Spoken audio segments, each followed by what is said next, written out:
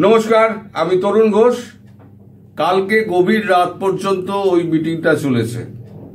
গতকাল যে মিটিংটা রাজভবনে শুরু হয়েছিল সেটা প্রায় রাত্রির 1:15 পর্যন্ত ওই মিটিং চলেছে। ওই মিটিং এর কোনো খবরাখবর এখনো পর্যন্ত কিচ্ছু পাওয়া যায়নি, কোনো কাগজেও কিছু বেরোয়নি। শুধু একখানা ছবি বেরিয়েছে, প্রধানমন্ত্রী মোদী কলকাতা রাজভবনে ঢুকছেন। এছাড়া কোনো কাগজে কিছু নেই, কারণ এই সমস্ত খবর বেরোবে না। আজকে আমি যখন এই রেকর্ডটা করছি তখন এখন 4:10। এর আগে সকাল থেকে মিটিংগুলো শুরু হয়েছে। সেনাবাহিনীর বিভিন্ন কর্তাদের সঙ্গে দফায় দফায় মিটিং হয়েছে। উপস্থিত ছিলেন প্রধানমন্ত্রী তো বটেই, তার সঙ্গে প্রতিরক্ষা মন্ত্রী রাজনাথ সিং, এনএসএ অজিত ডোভাল এবং আমাদের সেন্ট্রাল আইবি, মিলিটারি ইন্টেলিজেন্স এবং অন্যান্য যে এজেন্সি এনআইএফ যারা রয়েছে তারাও এখানে উপস্থিত ছিলেন। মানে একটা বড় একটা বৈঠক হয়েছে। তা বৈঠকের টুকরো টাকরা আউটলাইনও কিছু পাওয়া যায়নি, কিন্তু একটা উড়ো খবর কানে আসছে। সেটা মানে আপনারা বলতে পারবেন কতটা সত্যি কতটা মিথ্যে, কারণ আমি ইদানিংকালে তো আর বাংলাদেশ যাইনি। আর যে বাংলাদেশ আমি দেখে এসেছিলাম, এখন যে বাংলাদেশের কথা শুনছি, দুটোর সঙ্গে আমি মেলাতে পারছি না। কারণ আমার চোখে তাকা তো নয়, বাংলাদেশের লোকেরা বলতে পারবেন। যেটা শোনা যাচ্ছে সেটা হচ্ছে এই ইসরায়েল যে এখন হামাসকে মারছে, তার ফলে এখন হামাস এবং হিজবুল্লাহ এই দুটো গোষ্ঠী এখন সমুদ্রপথে যেখান থেকে খাবার এবং অস্ত্রশস্ত্র চোরাচালান যায়, মানে এতে গাজায়, সেখান থেকে তারা ওই জাহাজে করে তারা ইরানে পৌঁছেছে। ইরান থেকে তারা পাকিস্তানে এসছে এবং পাকিস্তান থেকে তারা বাংলাদেশে ঢুকেছে। এবং এটা শোনা যাচ্ছে, সত্যি মিথ্যা আমি বলতে পারবো না, এটা আপনারা বলতে পারবেন, যে এখন নাকি পাকিস্তানিতে নাকি বাংলাদেশ ভরে গেছে। রাস্তায় ঘাটে নাকি এখন ওই কালো ফতুয়া পরা, মাথায় টুপি দেওয়া এবং উর্দুতে কথা বলার লোক নাকি প্রচুর ঘোরাফেরা করছে এবং নেহারি ফেহারির দোকানও নাকি খুলে গিয়েছে। মানে বাংলাদেশটা প্রায় অর্ধেক পাকিস্তান হয়ে গিয়েছে। কতটা সত্য কতটা মিথ্যে আমি জানি না, যেটা শোনা সেটা আমি আপনাদের বললাম। এখন দেখুন, এখন পাকিস্তানের যে মানে হুঙ্কারটা দিয়েছিল পাকিস্তানের শাহবাজ শরীফ, যে এই যে মুসলিম দেশগুলোর ওপরেতে ইসরায়েল হানা দিচ্ছে, আমরা তাদের বিরুদ্ধে রুখে দাঁড়াবো। নিজেদের কোমর ভাঙা, ভারতের সঙ্গে লড়তে পারে না সে, আপনাদের টেলিভিশন ইউটিউব আর টেলিভিশনের লোক যে যাই বলুক না কেন, আসল সত্য যেটা হচ্ছে পাকিস্তানের এয়ার ডিফেন্স বলে আর কিছু নেই। এখন চা খেতে খেতে যাবে, দামাদাম মারবে, মেরে চলে আসবে, কিচ্ছু নেই। এয়ার ডিফেন্স কবর করে দিয়েছে।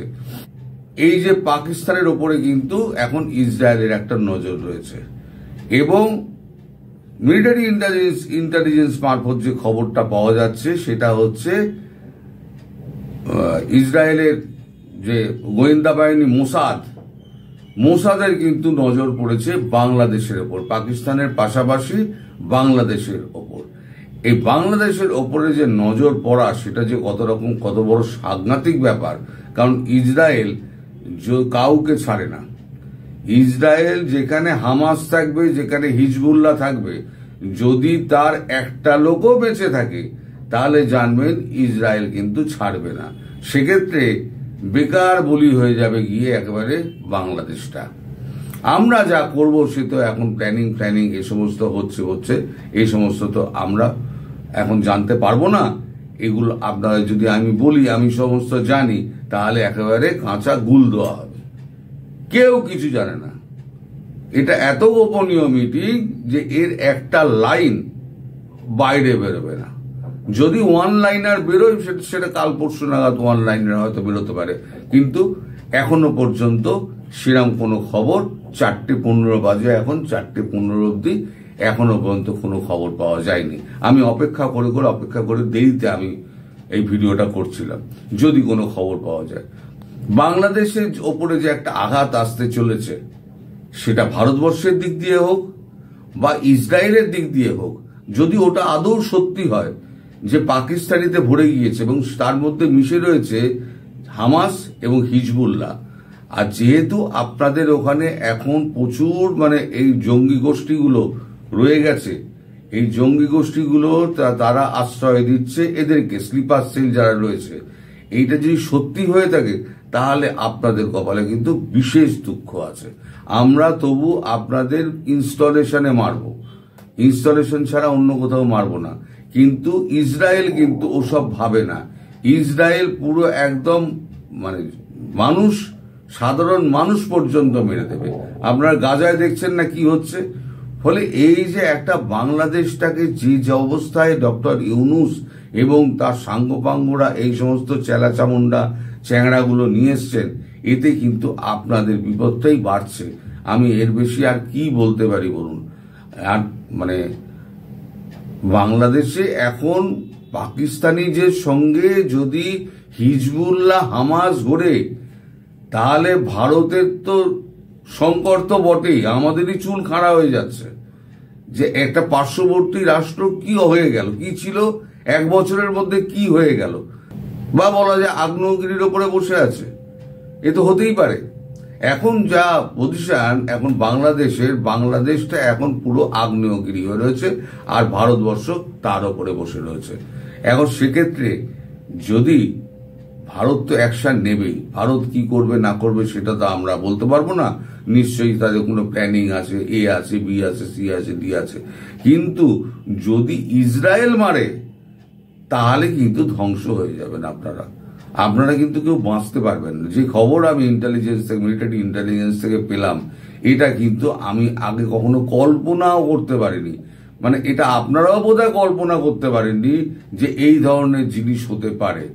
হয়তো অনেকে বিশ্বাস করবেন, অনেকে বিশ্বাস করবেন না, সেটা আপনাদের ব্যাপার। কিন্তু আপনারা আমাকে এইটা জানাবেন যে যেটা আমি শুনলাম যে পাকিস্তানিতে ভরে গেছে এবং উর্দু ভাষীতে ভরে গেছে, কিছু কিছু দোকানও খুলেছে যারা নিহারি ফিহারি সকাল থেকে বিক্রি করছে, পাকিস্তানি মোটা মোটা রুটি বিক্রি করছে, এগুলো সত্যি কিনা। যদি সত্যি হয় বা কোনো ভুল হয় তাহলে আমি যদি ভুল হই আমাকে জানাবেন, আর যদি ঠিক হয় তাহলে পরে আমাকে জানাবেন, আমি তার নিশ্চয়ই উত্তর দেবো। আর বাকি আর অন্য কোনো খবর নেই। মিটিং এখনো চলছে, বিভিন্ন দফায় দফায় মিটিং চলছে। আজকে রাত্রিরে যদি মোদীজি মিটিং শেষ হয়ে যায় তাহলে আজকে রাত্রিরেই উনি ব্যাক করবেন। আর যদি কোনো কনক্লুশনে পৌঁছানোর দরকার হয় তাহলে হয়তো রাত্রি যাপন করে উনি কালকে সকালে আবার মিটিং করে উনি তখন দিল্লি পৌঁছাবেন। এটা হলো সামগ্রিক অবস্থা। এবার আগামীকাল কি হয় সেটা দেখা যাক। তবে একটা কথা আপনাদের শেষে বলে যাই, সেটা হচ্ছে কালকে আমার টক শো আছে, কালকে টিভিতে টক শো আছে, ওই দুটো টিভিতেই টক শো আছে, আজ তাক আর জিতে। তো সেখানে আমার যদি আসতে দেরি হয় তাহলে হয়তো আমি একটুখানি লেটে ভিডিও আপলোড করব। সেটা আমি আগে থেকেই আপনাদের জানিয়ে দিলাম। আমার ভিডিওর জন্য আপনারা ঠিক 7টায় অপেক্ষা করবেন না। যদি হয় তো করে দিলাম, যদি না হয় তাহলে একটু দেরি হতে পারে, এটা আগে থেকে বলে রেখে দিলাম। সবাই ভালো থাকবেন, সুস্থ থাকবেন এবং সাবধানে থাকবেন। নমস্কার।